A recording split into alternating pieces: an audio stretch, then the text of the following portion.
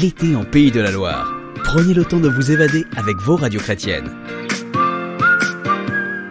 On peut allier tourisme patrimonial et tourisme spirituel. La basilique d'Évron, où nous sommes aujourd'hui, en est un parfait exemple. Et on a 3 guides avec nous pour nous le confirmer. À tout seigneur, tout honneur. Donc, Ami Ray, vous êtes pour quelques jours encore curé de la paroisse d'Évron.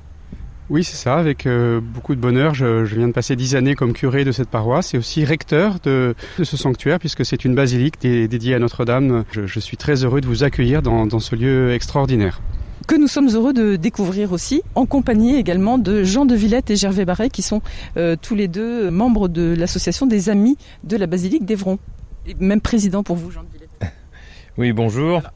Effectivement, les Amis de la basilique sont là pour participer à la mise en valeur et à promouvoir la notoriété à la fois architecturale, historique et spirituelle de cette magnifique basilique. Alors on aurait pu faire une visite de la basilique et de la crypte, qui méritent vraiment toutes deux que l'on apprenne à les découvrir, mais on va privilégier tout de suite une petite chapelle qui y est accolée, la chapelle Saint-Crépin. Donc Ami, racontez-nous d'abord l'origine de ce lieu devenu lieu de culte.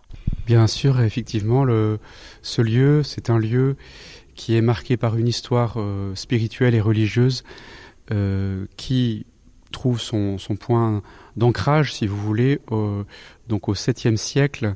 Il y a ici un événement spirituel, un miracle qui a eu lieu en présence de l'évêque du Mans, qui s'appelle Saint Allouin, et il a été appelé par des paroissiens parce que un pèlerin revenait de Terre Sainte, très probablement de Bethléem, de la grotte du lait, où on peut encore aller aujourd'hui, où les croyants vénèrent le lieu où la Vierge Marie a allaité l'enfant Jésus. Grotte qui a une roche blanche. On associe du coup la blancheur de cette grotte au lait de la Vierge. Et en fait, ce pèlerin a rapporté une relique. Et ici, quand il est passé à Évron, qui était déjà un petit peu un lieu où il y avait une fontaine miraculeuse, semble-t-il, il s'est reposé et il avait dans sa besace une relique. Et il y a dû y avoir un événement marquant dont l'évêque a été témoin autour d'un buisson d'aubépine.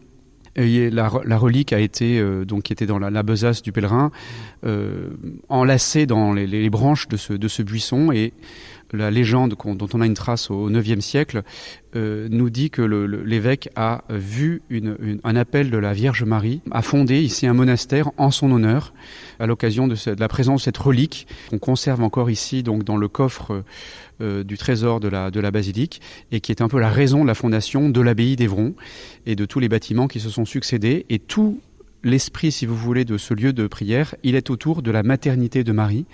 Et tout le statuaire qui est dans le chœur gothique, par exemple, c'est un statuaire autour des mystères de l'enfance du Christ. Il y a sur ces colonnes des magnifiques statues du XIIIe siècle. On peut peut-être s'avancer, pardon, donc Camille, pour les... Oui, ça y est, je m'emballe, mais... Mais vous avez raison de vous emballer. Et si on reste là pour l'instant sur la partie vraiment cultuelle, est-ce que aujourd'hui encore cette relique est vénérée? Est-ce que vraiment il y a une affluence de pèlerins pour cette relique? Oui, tout à fait. Il y a une dévotion ici à la Vierge Marie qui s'est un tout petit peu donc délocalisée dans l'église qui jouxte la basilique, c'est-à-dire la chapelle Saint-Crépin, dans laquelle est conservée la statue du XIIIe siècle de Notre-Dame de l'Épine, qui est une statue reliquaire, qui est une statue magnifique, extraordinaire de la Vierge Marie. Et énormément de gens viennent aujourd'hui encore prier la Vierge Marie, mettre un cierge, se confier. Beaucoup de femmes en particulier peuvent venir, et l'ont fait pendant des siècles, se confier pour accueillir un enfant, pour avoir du lait. C'est un lieu qui est très apprécié. Beaucoup de personnes viennent prier dans cette petite église qui jouxte la basilique en particulier, parce qu'on s'y sent très bien. Eh bien, on laisse la visite de la basilique de côté pour une autre fois et on va se diriger vers cette petite chapelle. Nous voici dans la chapelle Saint-Crépin. Voilà, donc c'est une magnifique église du XIIe siècle qui est dans un style byzantin, qui s'inspire des églises qu'on peut trouver en Palestine ou bien dans le sud de l'Espagne aussi, dans un style un peu, on pourrait dire aussi un peu mozarabe. Les pierres qui forment les arcs du chœur, par exemple, sont les mêmes types qu'on retrouve à l'entrée du Saint-Sépulcre. La fresque qui est dans le cul-de-four dans l'abside, là, qui représente le Christ en gloire avec les 4 évangélistes, avec leurs symboles, l'homme, le lion, le taureau et l'aigle, qu'on peut associer aussi aux 4 étapes du mystère du Christ, qui sont l'incarnation, la prédication, le lion là dans le désert, ensuite l'oblation, c'est le sacrifice, le taureau, et la résurrection, c'est l'aigle. Et donc il y a toute une symbolique au Moyen-Âge qui est très riche, qui évoque en fait le ciel. Cette manière d'inviter en fait les fidèles à désirer le ciel. Et il y avait donc dans la plupart de ces églises, comme ici, dans la voûte céleste, des étoiles, enfin des images, une iconographie qui évoque le ciel. Cette chapelle Saint-Crépin, elle date telle quelle du XIIe. Elle est du XIIe siècle. Elle a été construite avant l'église gothique. Elle a été construite à quelques pas de l'église romane. Il y a ici aussi de magnifiques statues. Et donc Camille, vous nous parliez tout à l'heure justement de cette très belle statue de Notre-Dame. Elle a un visage extraordinaire. Elle est du XIIIe. Et je vous invite vraiment à venir la prier, la contempler, parce que rien que de voir son visage, on est apaisé, un peu comme une maman qui regarde son enfant lorsqu'il a besoin de trouver la paix. Et à la fois, c'est un lieu qui est magnifique, bien sûr, mais en même temps, j'ai presque envie de dire sobre. Alors c'est la sobriété, on pourrait dire, du style roman, qui dégage cette forme de sérénité que peut-être beaucoup de gens viennent trouver ici dans cette chapelle. Depuis la halte de ce pèlerin, ce lieu a vu passer beaucoup de monde et du beau monde. Pendant 1000 ans, il y a eu les moines bénédictins. Pendant 2 siècles, il y a eu les religieuses de la Charité Notre-Dame d'Évron qui ont exercé soit dans le soin des malades, soit dans l'éducation. Elles ont eu beaucoup d'œuvres dans toute la région. Elles ont fait énormément de bien. Et ces sœurs ont souhaité, il y a quelque temps, vendre l'abbaye parce qu'elles n'étaient plus assez nombreuses pour l'occuper. Et depuis donc 10 ans, c'est la communauté Saint-Martin qui vient ici installer sa maison de formation, et c'est très beau de voir que ça semble être un peu la providence qui a conduit à travers la main de la Vierge ces différentes étapes, les moines, les religieuses, les apprentis prêtres qui viennent ici sous le regard de cette mère en quelque sorte, la mère du Christ, mais un peu la mère des prêtres, et là un peu je pense comme une maman qui veille. Et c'est bien pour ça qu'aujourd'hui encore il y a beaucoup de personnes qui viennent se recueillir. Actuellement, la relique n'est pas dans la main de la Vierge. Il y a un petit objet qui représente une fiole de lait de la Vierge qui peut être posée dedans, mais parce que la relique, elle est dans le reliquaire qui se trouve dans le coffre. On le sort de fait donc pour les grandes occasions, pour la procession de Notre-Dame de l'Épine qui a lieu le samedi le plus près du 8 septembre, qui est la fête de la Nativité de la Vierge. C'est à cette occasion-là que depuis des siècles on fête Notre-Dame de l'Épine, et je vous invite à la procession au flambeau à 20h45 le samedi 9 septembre dans les jardins de l'abbaye. Il y a une magnifique procession au flambeau avec cette relique du lait de la Vierge. Donc Camille, pardon de cette question, mais quand on parle du lait de la Vierge, c'est pas vraiment le lait de la Vierge? Alors écoutez, il n'y a pas eu d'expertise sur cette relique. Il y a beaucoup de choses qui sont assez étonnantes. Je pense qu'il ne faudrait pas trop vite avoir un certain dédain rationaliste sur ces objets, parce que quand vous avez, vous, dans votre maison de famille, des bijoux qui ont appartenu à votre grand-mère, vous les conservez précieusement.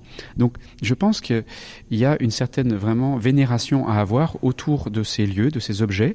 Quand les premiers chrétiens ont découvert, redécouvert et conservé tous ces lieux de la passion du Christ ou de la naissance du Christ, eh bien ils ont conservé ça très précieusement. Donc c'est vrai que quand on va là-bas, dans cette grotte du lait de la Vierge, je suis allé moi-même en pèlerinage avec des paroissiens. Donc à Bethléem. À Bethléem, on voit bien que toute cette roche est blanche. Donc est-ce que c'est la roche qui est devenue blanche suite aux gouttes de lait de la Vierge qui sont tombées? Je ne saurais pas. C'est la version officielle. Voilà. Mais ceci dit, il y a beaucoup de vénération, comme, si vous voulez, dans nos traditions familiales.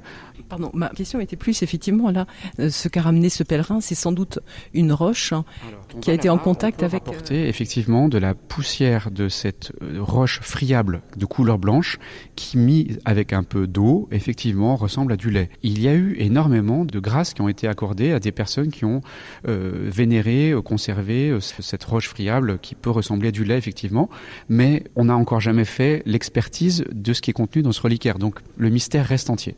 Ça, c'est vraiment une question de foi. De toute façon, sur quoi se base notre foi, et de toute façon, quoi qu'il en soit, cette grotte de la Nativité, c'est bien là où la Vierge Marie venait allaiter Jésus. Donc, voilà. Oui, effectivement, c'est assez bouleversant de voir actuellement les découvertes qui sont faites autour du linceul de Turin, et donc je pense que c'est assez prudent d'avoir un regard assez respectueux à l'égard de toutes ces traditions et ces objets, parce qu'on s'aperçoit que ça fait partie, semble-t-il, de la volonté de Dieu, du Christ, d'avoir laissé des traces corporelles, physiques, matérielles de cette présence. Il y a dans cette chapelle, par ailleurs, de magnifiques tapisseries du XVIIe. Elles représentent des scènes du livre de la Genèse, où des anges sont apparus pour secourir les personnages qui interviennent dans l'histoire du salut. Là, on a par exemple, dans le chœur, on a Agar qui, avec son fils Ismaël, vient d'être chassé par Sarah et qui est réconforté par l'ange du Seigneur qui vient la consoler puisqu'elle voulait mourir, et il vient la réconforter. Juste à côté, dans la nef, on a le sacrifice d'Abraham qui est sur le point de sacrifier son fils Isaac, et l'ange vient retenir son épée et lui montrer que Dieu ne veut pas qu'il mette à mort son fils. On a aussi la fuite de Sodome, et puis il y a à droite l'échelle de Jacob qui voit une échelle qui va entre la terre et le ciel avec les anges. Très belle tapisserie également.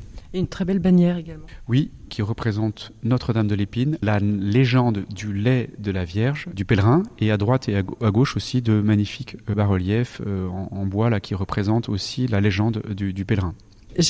J'ajouterais aussi au niveau du statuaire, il y a aussi un statuaire dans la chapelle Saint-Crépin. Il y a 3 statues de moines, des statues en terre cuite. Et donc il y a Saint-Benoît, Saint-Placide et Saint-Maur qui sont là en témoignage de l'abbaye qui était une abbaye bénédictine. Et puis vous avez aussi 1 ou 2 reliquaires en cuivre repoussé qui sont des reliquaires de papes du 19e. Normalement, il y a des reliques. Cette chapelle était devenue une propriété privée, et c'est Prosper Mérimée qui, dans sa visite des monuments historiques, elle avait servi de caserne et tout. Oui, et il a fait en sorte qu'elle soit rachetée par la commune pour être sauvée.